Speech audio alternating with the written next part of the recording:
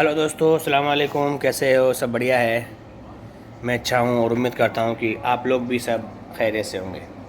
किस तरह से आप गोदी मीडिया का एक एक करके नंबर आ रहा है, माशाल्लाह। मैंने पहले ही कहा था कि लगेगी आग तो आएंगे कई गर्जद में। यहाँ पर सिर्फ हमारा मकान थोड़ी है। अब नंबर आ रहा है रिपब्लिक भारत का। जी हाँ, अर्नब गोस्वामी का। और मुंबई पुलिस ने उसको अच्छे रिमांड पर लिया है। एक तो आप देखिए कि चैनलों में पहले से ही उसके बारे में किस किस्म की बातें कही जा रही थी, इसलिए कि जिसको पुलिस ने और दूसरी संस्थाओं ने जो और अदालत ने ये तय कर दिया, ये बता दिया है कि रिया चक्रवर्ती ने मर्डर नहीं किया, बल्कि सुशांत सिंह राजपूत ने उसकी हत्या नहीं हुई, बल्कि उसका जो है ना, उसने जो है खुद आत्महत्या की है। लेकिन ज़बरदस्ती अपने आप को हीरो बताने के लिए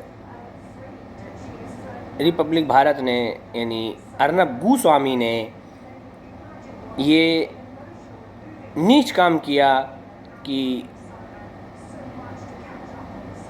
जैसा कि आपको पता है, उसको इस बात का घमंड है कि मेरे साथ में केंद्र सरकार से मेरे संबंध है और बीजेपी के राजनेताओं के साथ मेरे संबंध है, तो मैं कुछ भी करूँगा।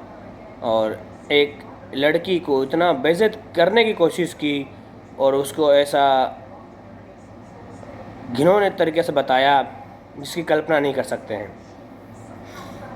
वैसे आपको ये बता दूं कि सरकार, बीजेपी ख़ास तौर से, जब भी कुछ होता है, नया कोई मामला ढूंढती है और ये बीजेपी के ट्वीट से तय होता है कि आज शाम को जो डिबेट है वो किस पर होगी। बीजेपी के लीडरों के ट्विटर से तय होता है। जी हाँ, इसलिए कि जिस बात को बीजेपी के लीडर ट्वीट करते हैं वही बात मुद्दा होती है। हमने कई सालों में ये बात देखी है और गोदी मीडिया उसी पर बहस करता है, चाहे झूठा मुद्दा ही क्यों ना हो, क्योंकि आकाओं के सामने हाजिरी जो लगानी होती है ना। देखिए मुंबई पुलिस का रवैया, अब बहुत चीखता था ना, कहाँ है उद्धव, यहाँ है, आजा, बुलावा आ गया, अभी शर्म। ठीक है, देखिए आप अर्नब गोस्वामी के बारे में, ताकि जो गू का स्वामी है उसकी हैसियत आपको भी मालूम पड़ सके। दरअसल चैनल के बहाने ये एक आग भर रहा है। देखिए रिपोर्ट। और ऐसे समय में जो मुद्दे नहीं होने चाहिए या इतने बड़े नहीं बनाए जाने चाहिए, उन पर भी चर्चाएं चलती हैं। सुशांत सिंह राजपूत के परिवार से मेरी पूरी संवेदनाएं हैं, लेकिन सुशांत की आत्महत्या, अब पोस्टमार्टम रिपोर्ट कह रही है, एम्स कह रहा है आत्महत्या थी, उस पर 2.5 महीने से जिस तरह की पत्रकारिता की गई कुछ तबकों द्वारा, उसे येलो जर्नलिज्म, टैब्लॉइड जर्नलिज्म ही कहा जा सकता है। साक्ष्य सबूतों के नाम पर मजाक कर दिया गया, किसी का भी कोई बयान चलवाइए और उस पर लगातार चर्चाएं होती रही, फर्जी खबरें भी चली। यह पहली दफा नहीं है जो संदीप चौधरी ने सुशांत केस को लेकर अर्नब पर या मेन स्ट्रीम मीडिया पर हमला किया हो। इससे पहले भी कई दफा सुशांत केस को लेकर अर्नब गोस्वामी के साथ भिड़े थे संदीप चौधरी। बाहें ऊपर करके ताल ठोकी जा रही है। ओए उद्धव ठाकरे, ओए संजय राउत, ओए अनिल देशमुख, आओ मुझसे बात करो। है हिम्मत उद्धव ठाकरे, संजय राउत और अनिल देशमुख 1-to-1 बात हो मेरे साथ। संजय राउत जी, हिम्मत है तो आओ सामने, इंटरव्यू होगी आपकी और मेरी। आप इमेजिन कर सकते हैं कि कोई एंकर, कोई पत्रकार कहे, ओए नरेंद्र मोदी, हे अमित शाह, हे राजनाथ सिंह। आजकल देश में सबसे बड़ी समस्या ड्रग्स हो गई।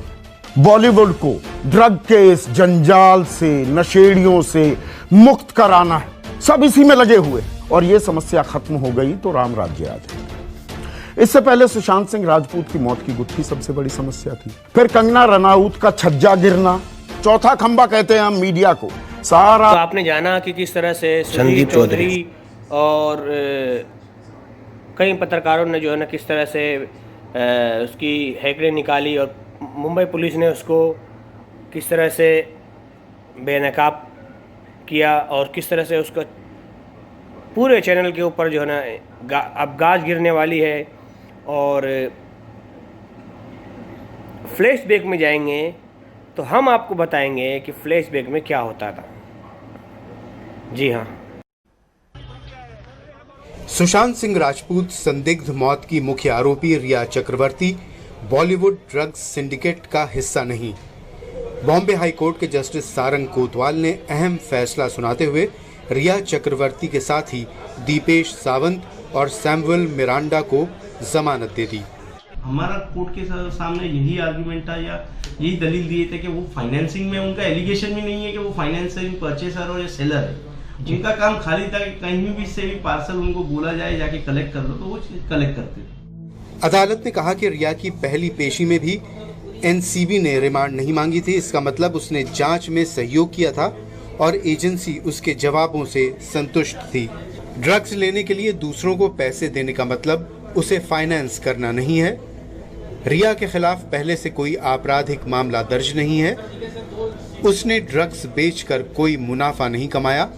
वो ड्रग्स डीलरों की कड़ी का हिस्सा भी नहीं है।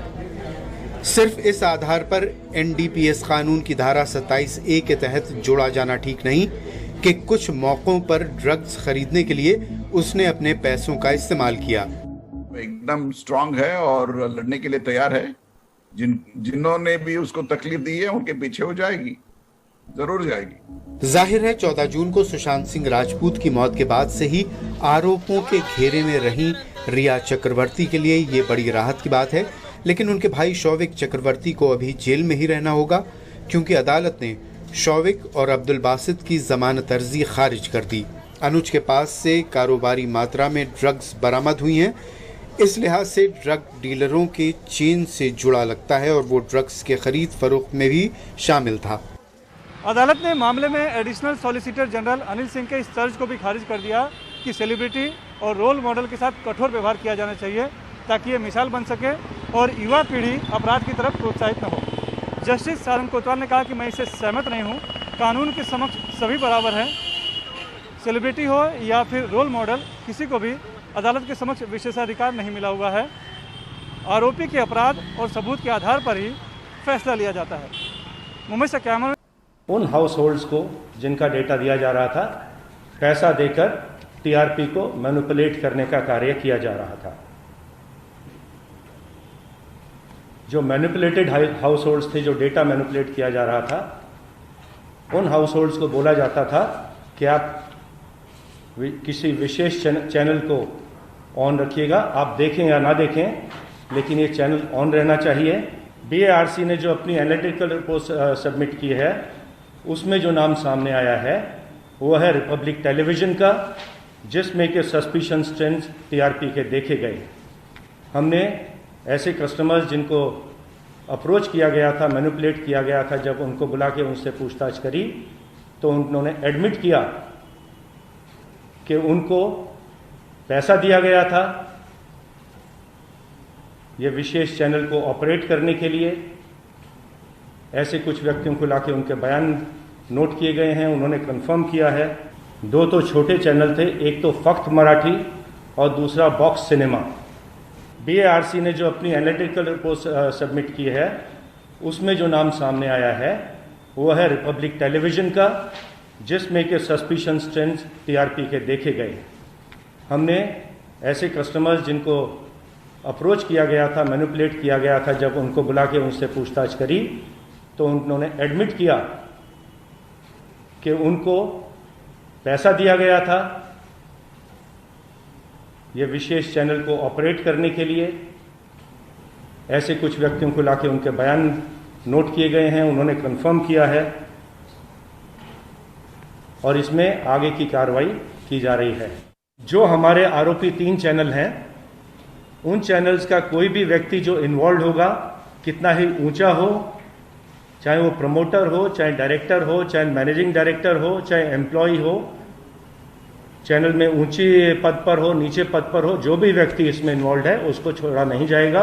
अवश्य पूछताछ के लिए बुलाया जाएगा और अगर इन्वॉल्व है आपको अगर मेरी वीडियो पसंद आती है तो लाइक, शेयर और चैनल को सब्सक्राइब जरूर कीजिए। Thank you so much.